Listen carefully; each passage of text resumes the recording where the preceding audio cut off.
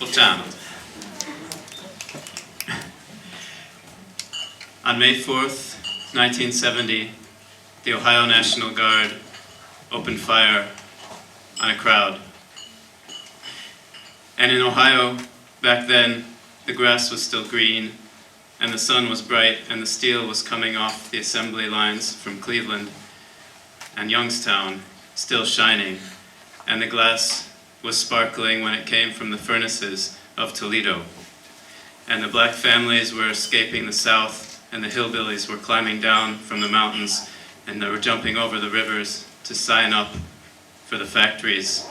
And the tires coming out of Akron were rolling under the cars from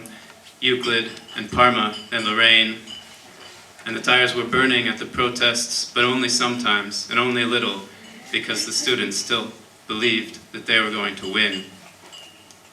But on May 4th, 1970, the Ohio National Guard fired on a crowd of protesters.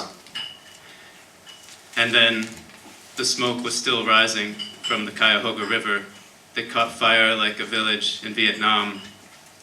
burning like a sacrifice to the industry that our great nation built. And the soldiers were still lost in the jungle, and the workers were still lost in the jungle, and the farmers were still lost in the jungle, because the war was everywhere, but the people still knew that it was going to end. But on May 4th, 1970, when the Ohio National Guard opened fire on a crowd of protesters on campus, the steel started rusting right off the assembly lines, and the glass started breaking on your teeth, and the trains started dallying with the junkyard dogs, and the cities emptied out, and the empire started emptying out, and the people were gone from the streets. But it was all okay, because the factories were turning out bullets too. And sometime after May 4th, 1970, when the Ohio National Guard opened fire on a crowd of protesters in Kent State, on the campus of Kent State University, I was born. And I grew up in a land of rust and broken glass and rusting train yards and trains that were dallying with the junkyard dogs. And since then,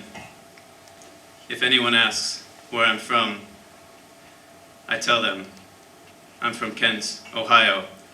where on May 4th, 1970, the Ohio National Guard opened fire on a crowd of protesters on the campus of Kent State University. And every year, on May 4th, I remember that we don't mourn the past, but it's the days to come that we mourn.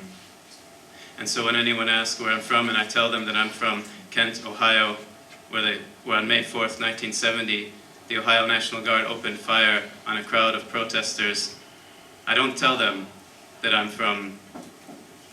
in Kent, Ohio, we also have forests that are overgrown where I went and played and got lost as a kid,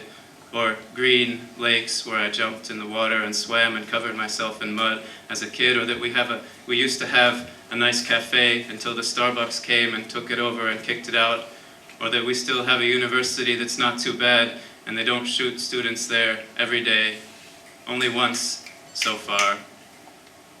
I don't say all that because I'm not thinking about my hometown, I'm thinking about yours, and because once so far is enough.